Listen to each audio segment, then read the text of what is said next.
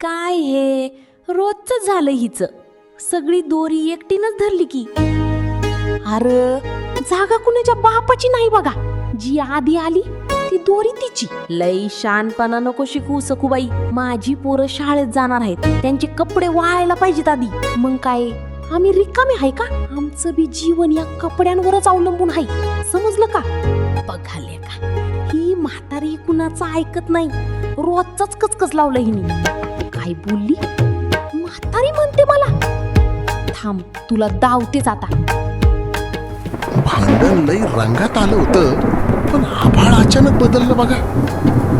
अरे हे काय, पाऊस येतोय की काय?